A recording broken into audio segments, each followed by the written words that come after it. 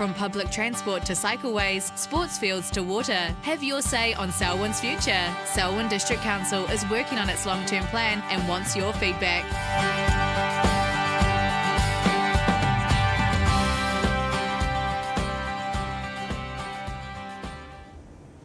Well, kia ora koutou, welcome along to this place. I'm sitting in Rolleston this evening. It's 11 degrees outside and a great time for a conversation about what we're doing in our community and our plans for council and our budgets over the next 10 years.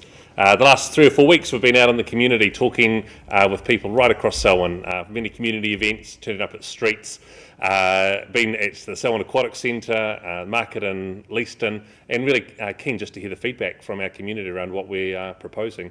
I'm here tonight because not everyone can attend those markets. Some people have sports on Saturdays, other people are mowing their lawns and doing other things, and during the weekdays obviously it's just really hard to get around and see everyone. So tonight is a captured conversation so that you can actually see and understand some of the things that we're proposing, and provides you a last chance to give some feedback over the next few days before we consider our long-term plan.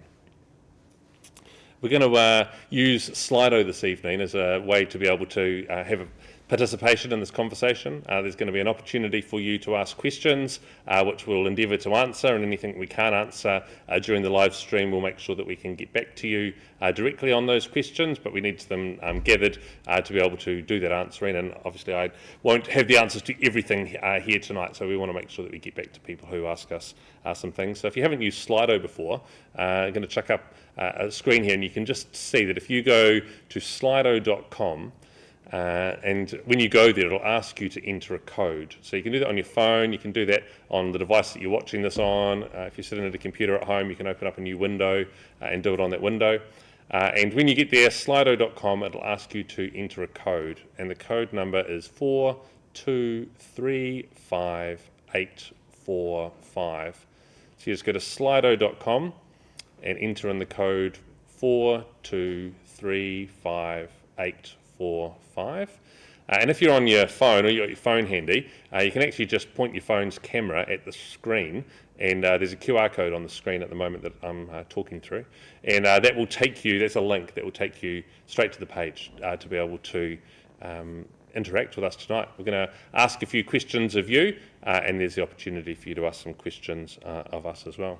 So hopefully you've managed to get onto slido.com. Some of you may have done that before, and for others the first time, so I just want to allow you the space to do that, because that is going to be the key interaction tool this evening. So once again, grab your phone, grab another device, or open up a new window on your computer that you're using to watch this, and head over to slido.com and enter the code 4235845. So tonight I'm here with a couple of extra guests to bring some expertise into the conversation. On my right is... Hi, I'm Sharon Mason, and I'm the Chief Executive of Selwyn District Council. And on my left... Kia ora, I'm Sophie McInnes. I'm one of the Rolleston Ward Councillors. Yeah, so it's great to have this expertise around me and to support us in the conversation. Sophie, you've been on the council now for how many terms? I'm on my second term. Second term, and you live here in Rolleston? Yep. Great. And what have you seen, changes in council and thinking about what council's up to? This long-term plan, is this like normal process that we go through? Yeah, it's different this time just because we're asking about a much higher rates increase, but overall the whole process is the same as it is for every council all over New Zealand. Great. And Sharon, you've joined us in the last year as our Chief Executive, an awesome addition to our team. Just your background in understanding long-term plans and these types of conversations with communities? Yeah, thanks, Sam. Yeah, look, I've been in the role for 8 months now, and it's really great to be part of Selwyn, and this future is really bright for Selwyn, but we have our challenges, but we also have lots of opportunities as well, and I think that's spread throughout the long-term plan, and really keen to hear from the community. It's a really challenging time, and we do appreciate that it's a tough environment out there at the moment, for families, etc. But we also have to be able to look to the long term as well, and think about an intergenerational view and what we want Selwyn to look like the 10 years and beyond. Great. So tonight we're talking about an LTP, or a long-term plan, and we're going to talk you through now what that long-term plan is and what it's all about. So the overview is that it's a 10-year plan, and over those 10 years we have each year broken down into 1 year breaks, thinking about the projects that we're going to complete in each of those years and what the rating impact will look like across each of those 10 years.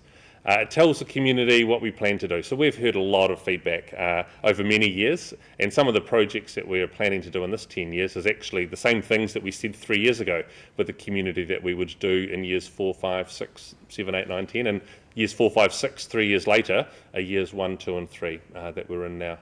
So we take into account all the feedback that we've had in the past and then annually allow the feedback from the community on what next year is going to look like. And we have the first 3 years in quite a lot of detail and focus, and then the following years 4 through 10 of the long-term plan with the types of projects and an indicative cost of a best guess at things that are that far into the future. But then as we step closer to them in each year, we update that and get more accurate. We have a financial strategy and an infrastructure strategy that sits right in behind all of this. So we have strategies looking out 30 years into the future. So although we're talking about rates for next year, projects over the next 10 years, and then also how that fits into the strategies that we've been developing with the community for the next 30 years. We've also got a number of policies that the long-term plan has to agree, and it's around how council will operate and the types of things that we expect to see within our community. We're going to talk about rates, and this, as Sharon said, is a pretty difficult conversation in the climate that we live in Aotearoa at the moment. We know that there's cost pressures on families of all shapes and sizes, and councillors have been very focused on thinking about the affordability of what we're proposing. There's inflation and other factors have meant that the types of numbers that we were talking about for rates increases in the whole time I've been on council since 2010 looks very different this year round. And nationally, if we look across Aotearoa, the lowest rates increase is 6% proposed, and the highest is in the mid-20s. So that's a completely different level of conversation nationally. It used to be that a 4 or 5% increase was where most councils were talking. Now the lowest is 6 and the highest is about 25, 26. So this is a national conversation, and we get that it's a little bit different and tricky. These slides really show the level of what that difficulty looks like. So you can see bridges are now 38% more expensive than they were 3 years ago. This is work that Infometrics did for local government New Zealand to understand what are the drivers behind the lift in rates. So that means that if we had a bridge due to be built 3 years ago and we budgeted for it, but we didn't build it in years 1, 2 and 3 because it was planned for years 4, 5 and 6, right now it's 38% more expensive. So that's just the inflation costs on the building supplies and on the people costs and on the consenting and everything that goes around needing to put a bridge in. Roads and water supplies are 27% more expensive than they were 3 years ago. So we're talking 10% year on year more expensive every year. And sewage systems are 30% more expensive than they were 3 years ago. So if our rates increase isn't 10%, then we're going backwards on what we were delivering for our community last year. And that's as a base level of lift, 10% would be the start of any conversation. And we know that in Selwyn, we not only have a status quo community, we have a growing, vibrant community that's always looking for some new things to be provided as we continue to grow. Our proposed rates for Selwyn District Council lift for next year is 15.6%. That's the increase in year 1. And over the 10 years across the long-term plan that we're talking to you about now, the average lift is 8.5% over those 10 years, year on year.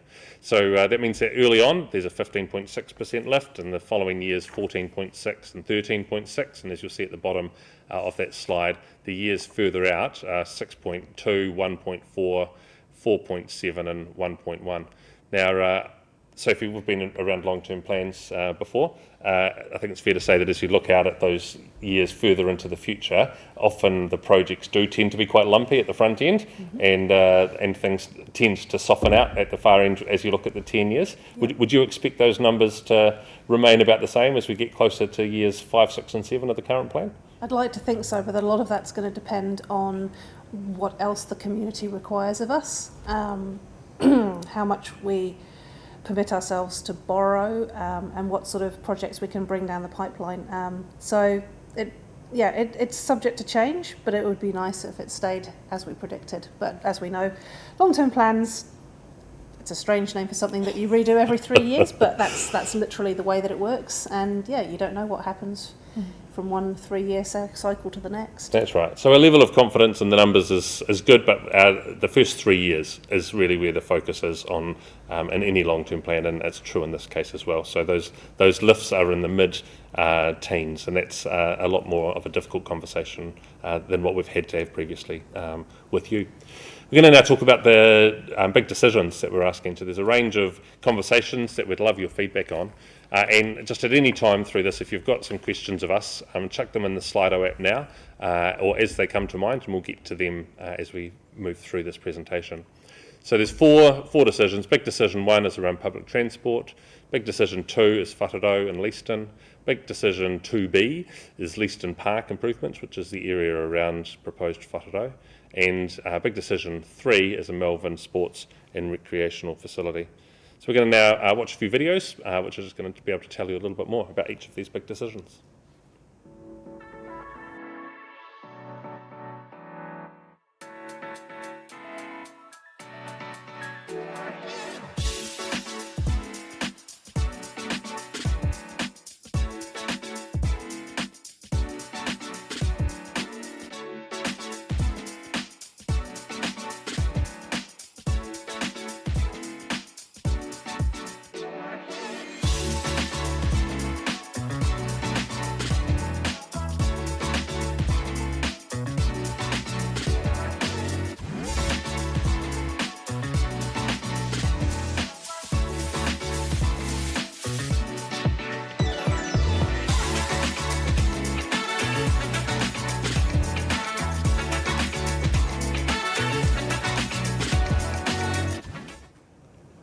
So we know that public transport needs to be a big part of our future. We also understand that actually in a rural district like Selwyn, there's going to be many trips that people still need to use their cars for. So this isn't about trying to say no more cars or have to getting everyone onto a bus, but it is looking at saying at the moment we don't think that the public transport provision is at the level that our community expects and that we need to do more in that space. Sharon, what's some of the feedback that we've heard pre-consultation around public transport? Yeah, thanks, Sam. So we did quite a lot of pre-engagement with our community, and some of the key messages that came across was some concerns around feeling disconnected across the district, and that was mainly around not necessarily having public transport that would enable travel from one town to another. So we're hearing quite clearly, particularly from families, that they want to have that ability to travel in and around the Selwyn district. And a lot of that is related to some of the key messages we heard as well, is that our community want to be able to live, work and play in this district and not have to travel outside for other work opportunities. So that was very clear to us that this is really important to our community and the ability to travel within our own lovely district. Okay. So public transport has been one of the big conversations for us. Generally, it's an area that ECAN and council share. So the provision of bus services is an ECAN role, and where those services go and the routes and the timetables, that's what ECAN provides. That's Canterbury Regional Council, and you can submit or could have submitted on their plan as well. The infrastructure, though, that goes around public transport, and that's the park and rides and the bus stops and those types of things, and the shelters, that's all Selwyn District Council provided. And so this park and ride option is certainly a Selwyn District Council piece of infrastructure. But I would note too that there's been a lot of work that our Youth Council has done in the public transport space, and I often hear feedback from communities asking for more buses. We don't have any internal Selwyn bus link to link so Darfield, Cllr, West Melton, Rolleston, then out through Doyleston and Leaston. There's no ability to travel that sort of route and connect up some of our smaller, more rural towns, and we would like to see some of that happen too, and that's been our submission to Environment Canterbury, and I'll be speaking to that at Environment Canterbury over the next couple of weeks. So we do want to see a provision of greater bus services, but this question that we're asking you today is specifically around park and ride, and whether we should do the park and ride. Option 1, I think, is only do that if we get the subsidy from Waka Kotahi. That means they would pay 51% of the funding. Option 2 is just get on and do it anyway. And option 3 is pull it and don't put in that provision for park and ride. We'll move on now to big decision number 2, and we've rolled the videos for 2A and 2B. So this is Whatato and Leaston Park surrounds.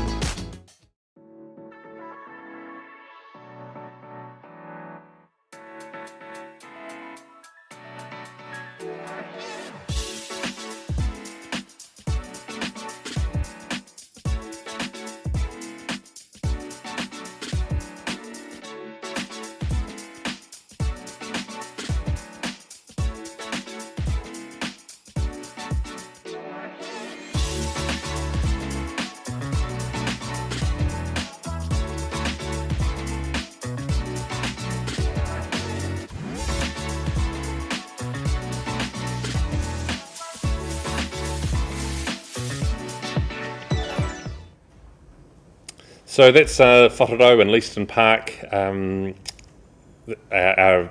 the things that we're hoping to do in those spaces, and we want to hear your feedback. We know that there's been a lot of conversation in the community around Leaston about what's going to be provided for community facilities. There's a big need to think about what's beyond the current library and medical centre space. There's a lot of work that needs to be done on that building, which comes at a cost, and so do nothing isn't an option. The base option is still, I think it's spent about $3 million on looking after that facility, and then we need to have a conversation with the community about what needs to come next. So as we consider that, we'd love to hear your feedback. I was down in Leaston Market, and Sharon, you were there with me a couple of Saturdays ago. Really good conversation with the community. I know that the community committee there, the association has put in a lot of work to gather the community thoughts. I know the school's been involved in thinking about what the provision needs to be for young people. And one of the options is that we build the library and community centre and include a sports court, an indoor sports court with that while we're building there as well. So we would love to hear your feedback on that. Sophie, anything you want to add about Leaston Park and the Whakaro building? Just that Leaston might be one of the smaller townships in terms of, when you're looking at Rolleston and Lincoln, but that doesn't mean it's not growing itself and that the community doesn't have needs. And you don't actually want everybody to have to get in a car and travel to Lincoln or somewhere else to get those basic community facilities fulfilled. So small meeting rooms, it was something that we heard quite a bit through the consultation for there. Also a library that's fit for purpose in today's age, so with a bit more of the technology that we're seeing in our other libraries already that have been redone or rebuilt. And that's something that the community has asked for in the past, and the main reason for coming back is partly because, well, we've got to ask again when the price becomes a bit higher, and we know why that's happened, but that doesn't mean that we don't still need to do the work. Yeah, and we've identified that Leaston is the key hub for the Ellesmere area, and so is the Ministry of Education. That's why the high school's there. There's a number of other groupings of facilities that are in Leaston itself, and I know that the time that I've been on council, there's been other conversations about community centres that have been built, but it hasn't been done in Leaston. So Dunsandel was built, Lakeside has been built, and so some great facilities, but Leaston, the largest town in Ellesmere, still doesn't have that space. I continue to hear a range of things, even when you and I were there in Leaston a couple of weeks ago, 4 or 5 different views. That it doesn't feel to me yet that there's one defined view about what the answer looks like there. So that's why we really need to hear a strong voice from Leaston about what your preferred option is. So please jump online and feel free to give us a submission, and the links to that will be given at the end of this video. Sharon, anything else on Leaston that you'd like to touch on? No, just I've spent some time with community members separate to the long-term plan drop-ins. And Sam, as you've said, they're being quite innovative and thinking about different ways, right down to even repurposing other buildings.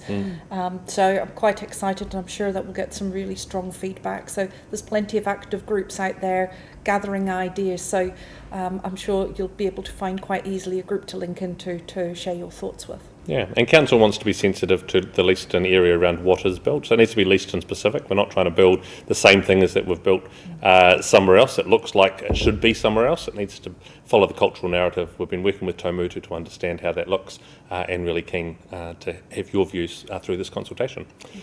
Let's move on to big decision number 3. This is the indoor sports courts for Melbourne.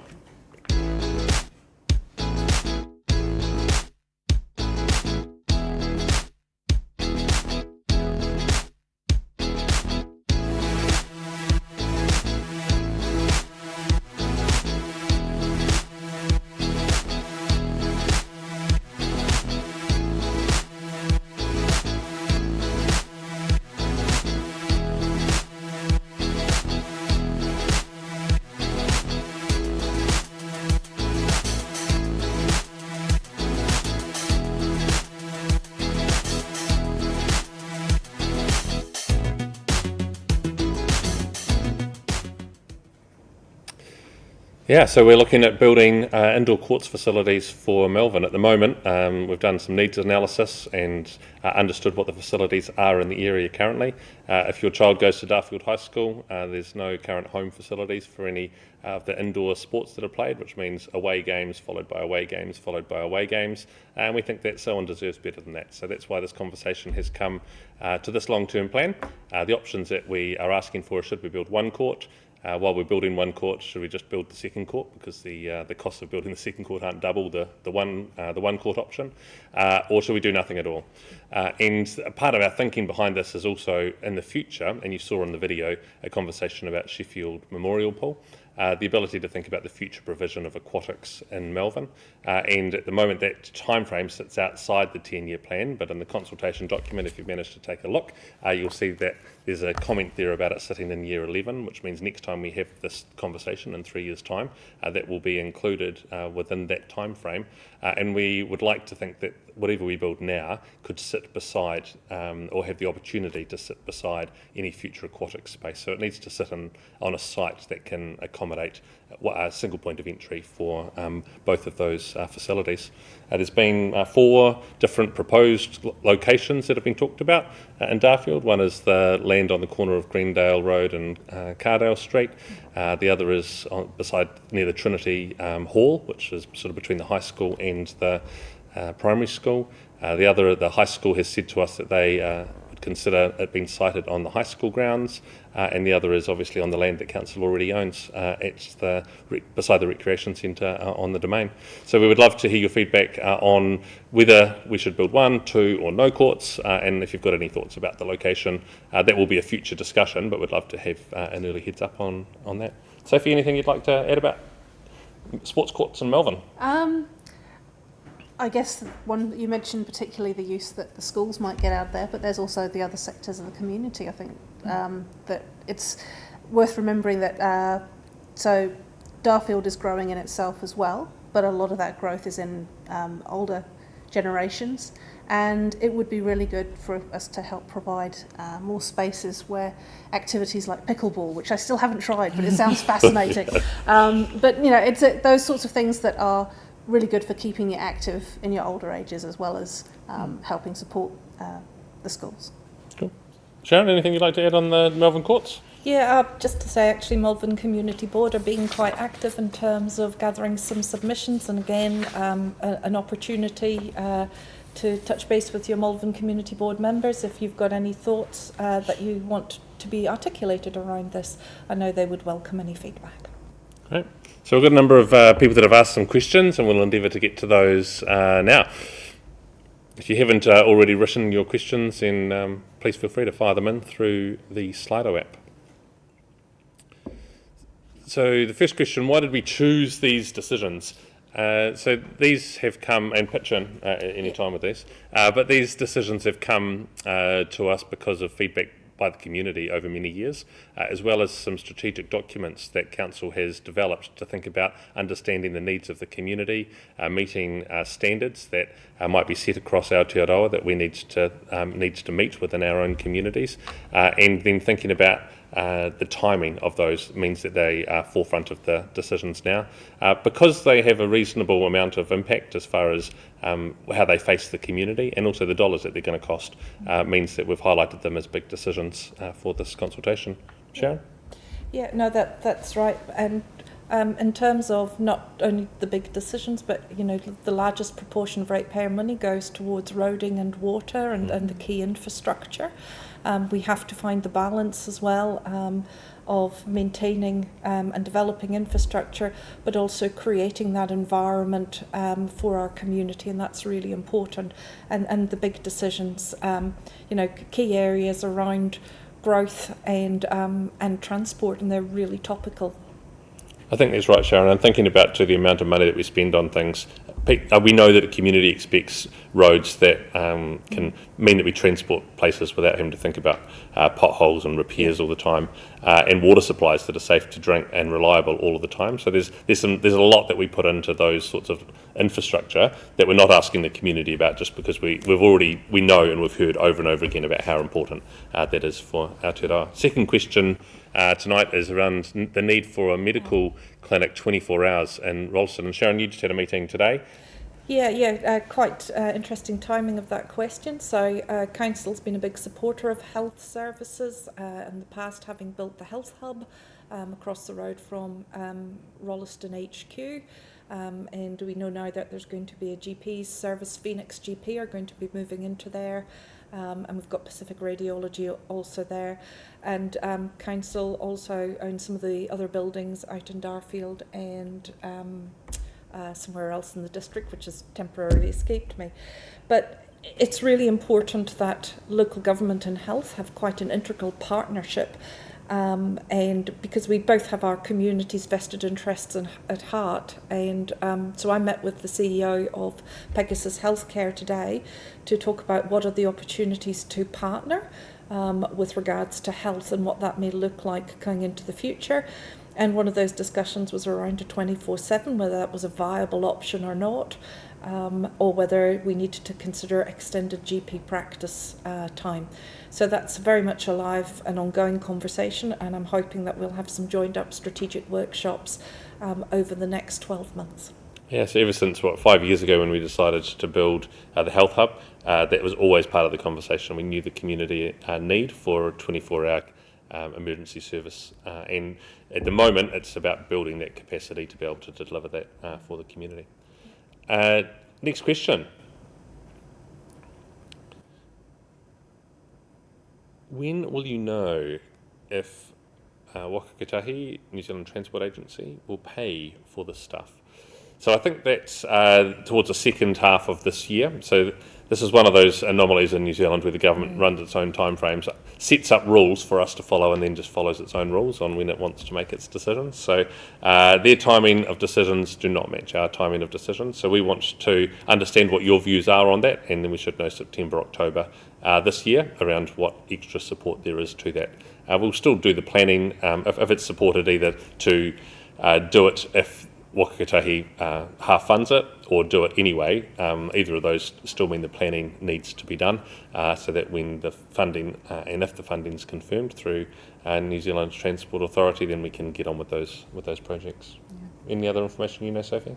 No, not really. It is strange how that happens, but I remember, I think it was probably 3 years ago, we had a similar discussion around that, and that was around the maintenance budget that they shared. Yeah. And we asked through the LTP, should we be topping this up if they don't fund as much as we were expecting them to, and that's exactly what ended up happening. Yeah. Because we knew, and we still know, that roading maintenance is a big deal for a lot of people. But yeah, it's hard to plan when you're not sure where 50% of the funding's coming from or how big that share's going to be. Okay. Next question tonight is, for public transport, big decision one, do the bus shelters and upgrades go across the district, or is it just around the proposed Rolleston and Lincoln park and rides? Sharon?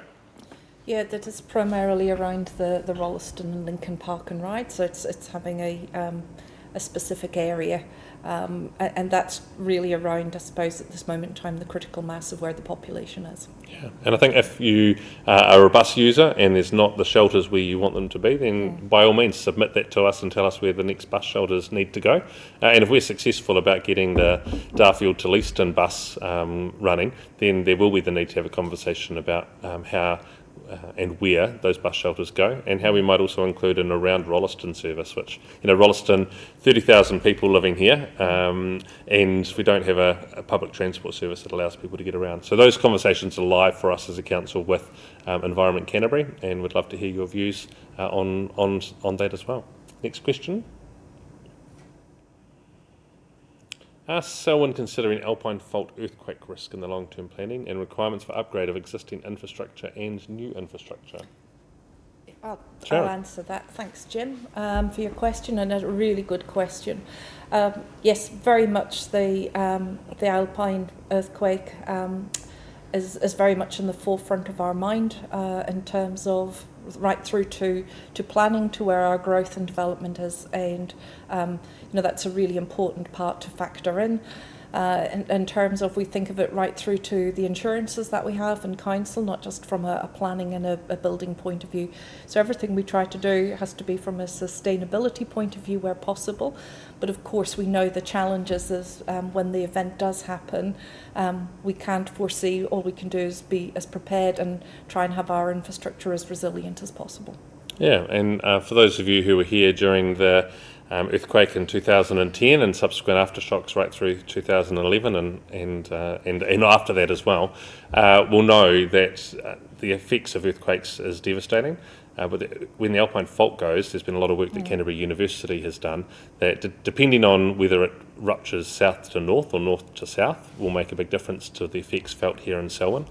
If it ruptures south to north, that's not as good a news for us, and the shaking of the 2010 earthquake, I think, was less than 20 seconds. It felt a lot longer living through that, but the shaking that we could expect after the Alpine Fault goes is more like 2 minutes.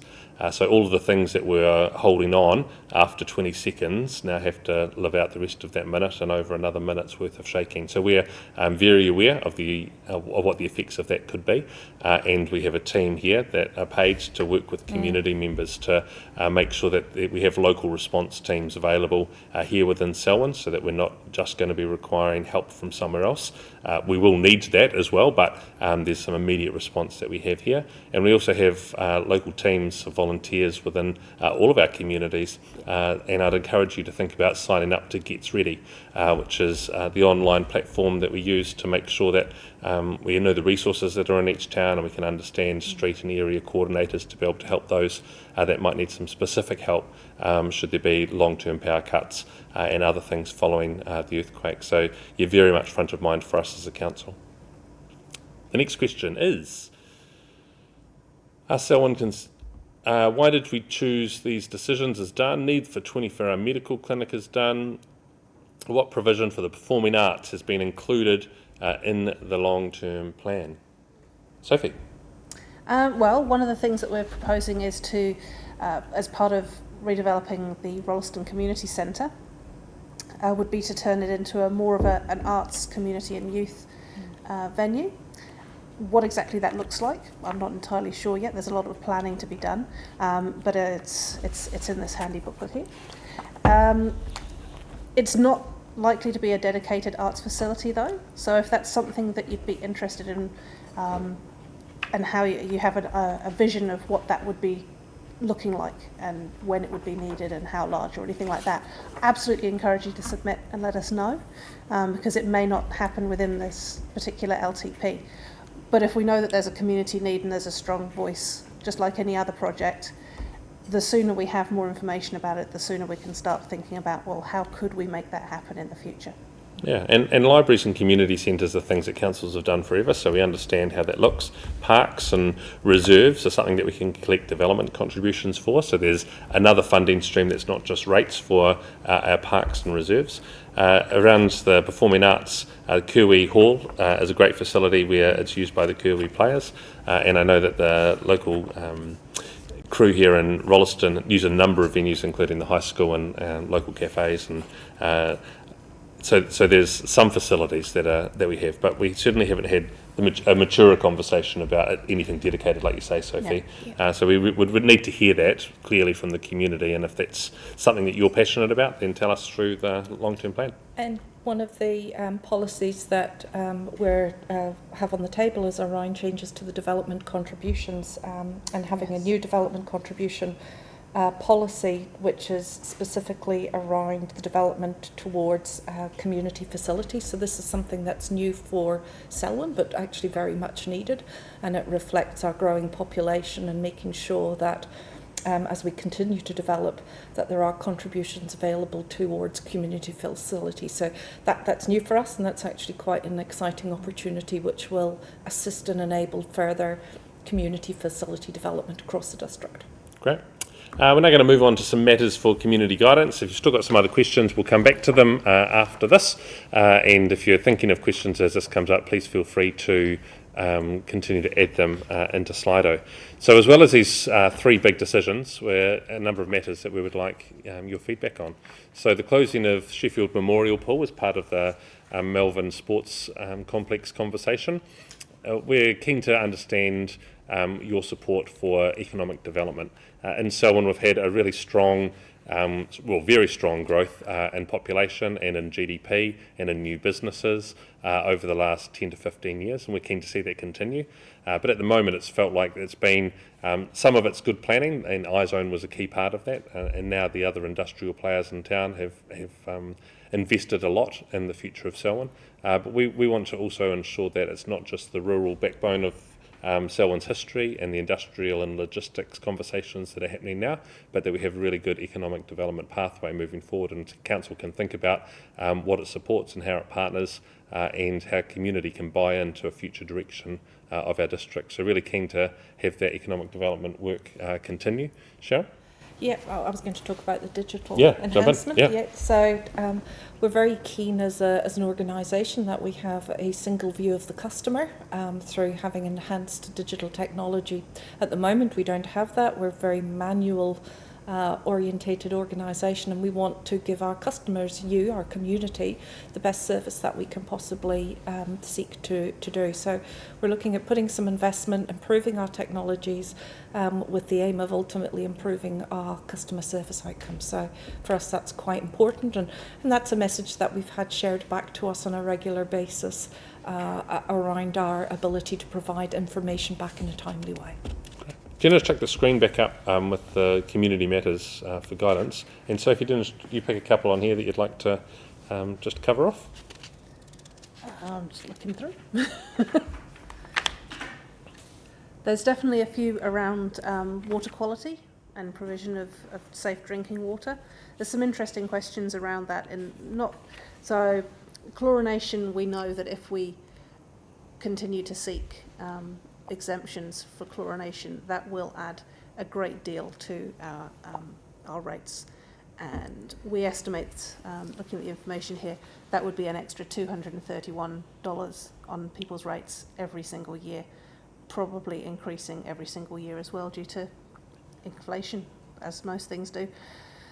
So at the moment, we've said that we will not continue doing, we won't pursue any more of those exemptions, even though we know that it's something that a lot of our residents are very passionate about, simply because at this time, that is a massive cost of living ask. I think it was over $80 million it was going to cost to do that. So there is potential that we'll get different guidance from the new government. We don't know. They haven't said anything about this particular aspect of drinking water provision. But there's other questions around things like low nitrate water sources, and we know that that's an increasing issue in different parts of the district. So we are looking into how we can mitigate that alongside, obviously, there's the other land use questions that ECAN's dealing with in terms of what the groundwater is like. Our end is the provision of the drinking water through pipes to people's taps. Cool. One of the other projects you might have seen there is improved walking and cycling access. That's a proposed cycleway that would be from Arthur's Pass out to Te Wahora and around the lake as well, probably in 3 stages. One is Arthur's Pass to Springfield, and then Springfield on the plains out to the lake, and then the 3rd stage around the lake. Although that stages of 1, 2 and 3 isn't necessarily the order in which it would be built. There's a huge amount of economic buy-in that community receives by having these cycleways. We've seen them be very successful economically around the country for townships on those links and for accommodation providers, as well as just as a way to access the outdoors. So we're looking for your feedback on that project as well. Yeah, and I was going to cover off increased maintenance and renewal. So as the district is growing and the roads are becoming busier, we're seeking to increase the amount of funds that we put into renewals and maintenance. It's really important to keep the roads up to a good standard, particularly with more car movements, etc. So that's an important area for us to focus on and continue to add value on. Great. So we've got a wee poll now for you. So if you've got your phone open, you have to wake it up if you haven't looked at it for a while, get it to read your face, jump back into the Slido app, and we'd love you to rank how you feel about how important each of those options are. This will help just give us some feedback on how important, relative to one another, each of these matters for community guidance is.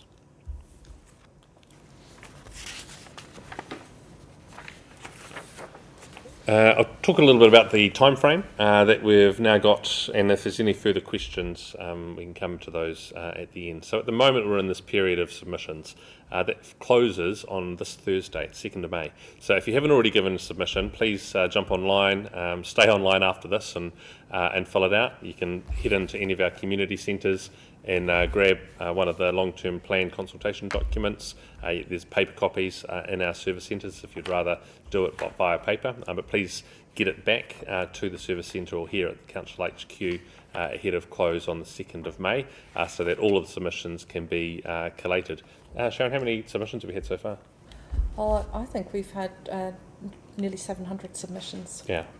And 46 people wanting to come and speak to their submissions. Great. So you'll see the second date that was on that slide is the hearings. So we've allowed, I think, 3 days for councillors to sit and listen to the feedback that you give us. So you can give it both written, and then I would encourage you, if you really care about what you want to see happen, come and talk to us about it. We provide 7-minute slots for you to have your say and to answer a couple of questions around clarification that councillors might have. That would add a lot to your submission here. You don't have to come and give it verbally. All submissions are considered equally, but there's something about being in the room and talking about the things that you care about. Then on the 22nd... Or online. Oh yeah, if you can't come in to do it here, then you're welcome to join us online. You can Zoom in or Teams in to one of our hearings dates, and we'd love to catch up with you that way, and it saves the carbon of the travel and the time out from the family or work to be able to connect in with us as well. 7 minutes out of your day. 22nd to the 24th of May is Council considering submissions. So we then, after we've done all the hearings, Council will consider what it's heard and weigh up. Have we heard lots of new things? Is there some stuff that we didn't expect to hear? Is there some reordering of the stuff that we had said that we would do? Or do we need to speed up some of the things that we thought might have needed to have been there? Generally, this process doesn't include bringing brand new things into the next 10 years, but it does bring in the idea that if you've got something new that you'd love us to do, then we can think about how we bring that in through an annual plan next year and have a broader conversation with some more data and detail around what might be required. 26th of June, end of June, we're looking at adopting. Well, Sam, we've just made a slight alteration to that in terms of the final adoption will be the 3rd of July now at the council meeting at that point. So that's a new update. Cool, okay. Right. So 3rd of July, we'll be making the final decisions, giving it the rubber stamp to then be in place for the following year. And the rates come into effect obviously after that date, but can be backdated to the 1st of July through that period. Great. So there were a couple of extra questions there that we'll just come to now.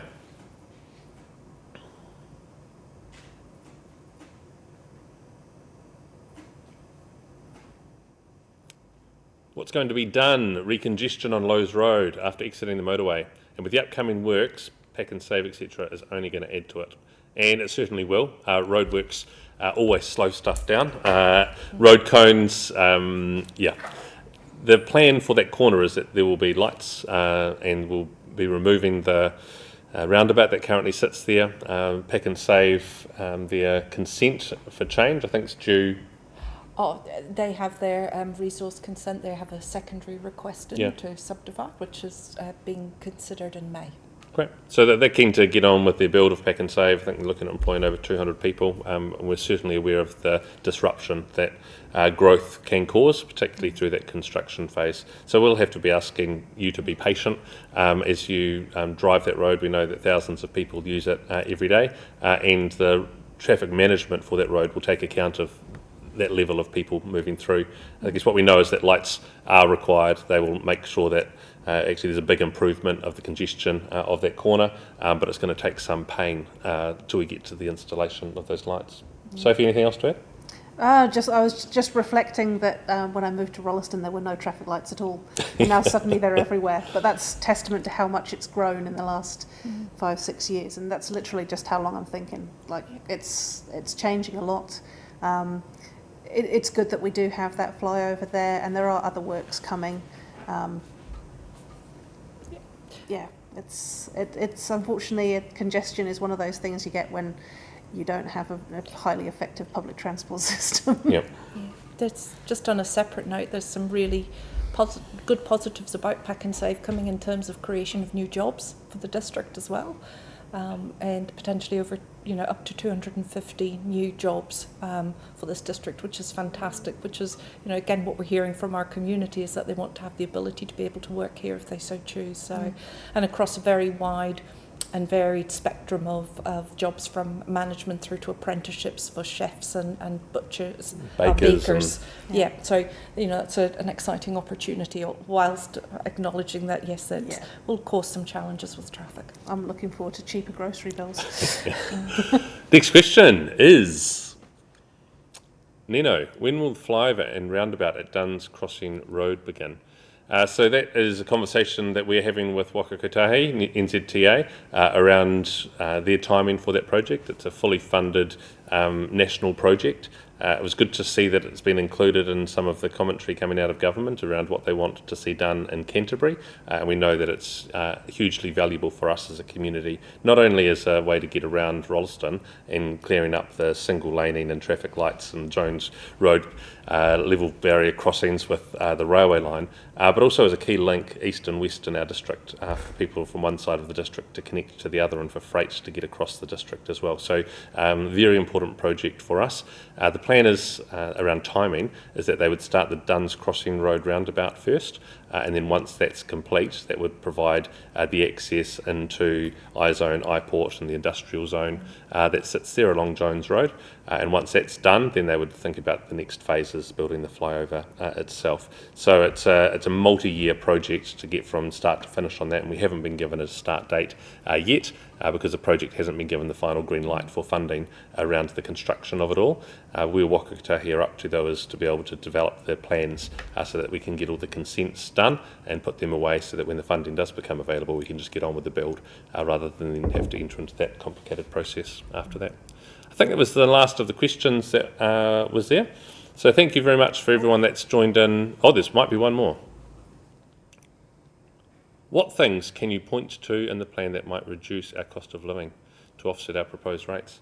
I think that's actually one of the most difficult things about this plan, is that if we'd had this conversation in October, our numbers would have been in the 30s or 40s as far as percentage lifts go, and Sharon's done an amazing job. Do you want to talk through some of the processes that you've done to try and get us, you've worked with us as councillors to say, how can we live within the number? Yeah, no, thanks, Sam. And it is very challenging. So when we looked at our first cut of the budget, we were sitting at around 32%. Second cut brought it down to 25%.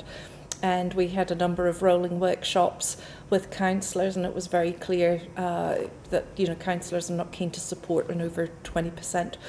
So we have worked through logically in terms of looking at our staffing numbers. Yes, there is some need for some new FTE, but we've put quite a lot of rigour around what are those FTE, what is the difference that it makes to the service.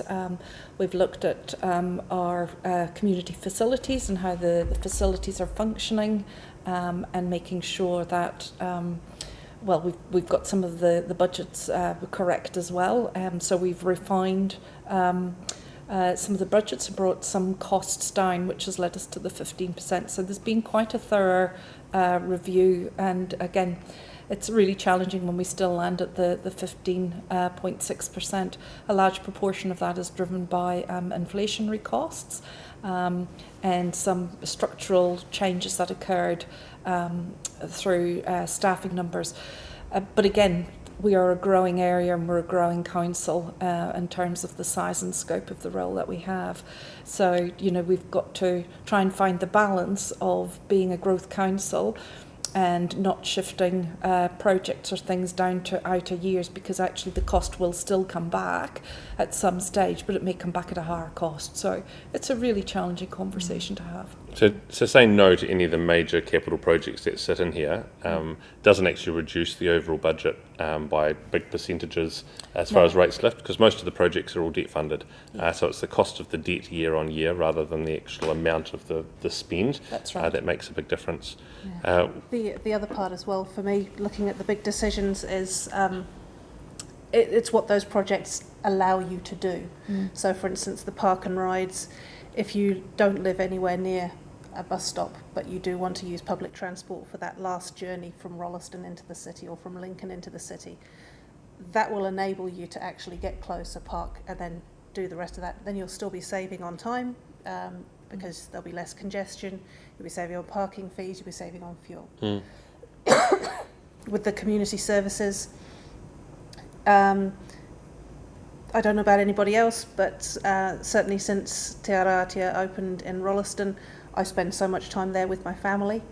It enables us to access a lot more services. There's a lot of activities that are run there.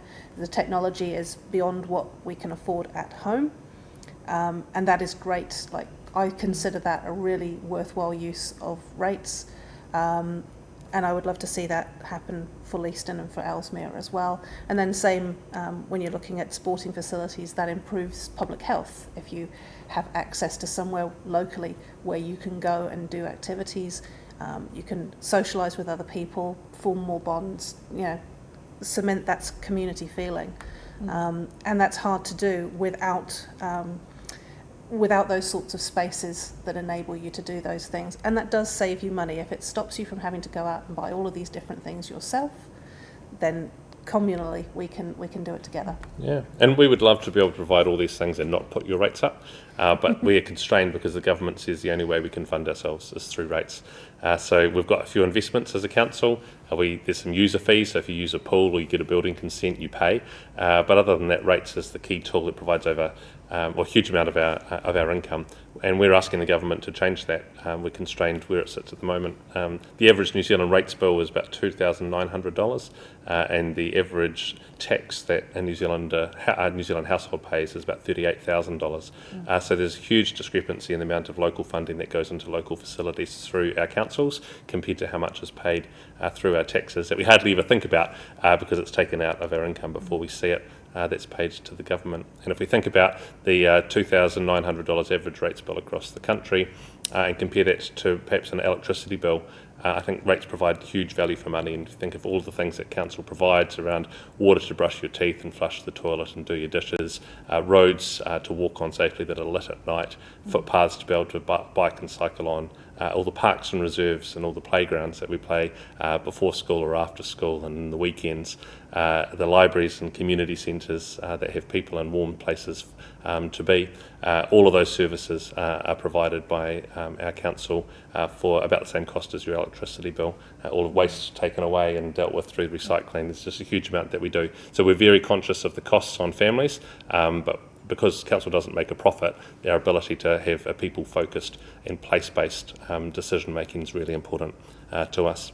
So I've told you about the timeline. You can submit by heading over to the Selwyn District Council website now. Go to yoursay.selwyn.gov.nz/LTP, or if you just search in your web browser Selwyn Council, it'll take you to our webpage, and from there follow the links through to LTP. It's been really great chatting with you both tonight about our long-term plan. Thank you, Sophie. Thank you, Sharon. Thanks, Sam. And thank you for taking the time to interact with us. Thank you. Thanks, everyone.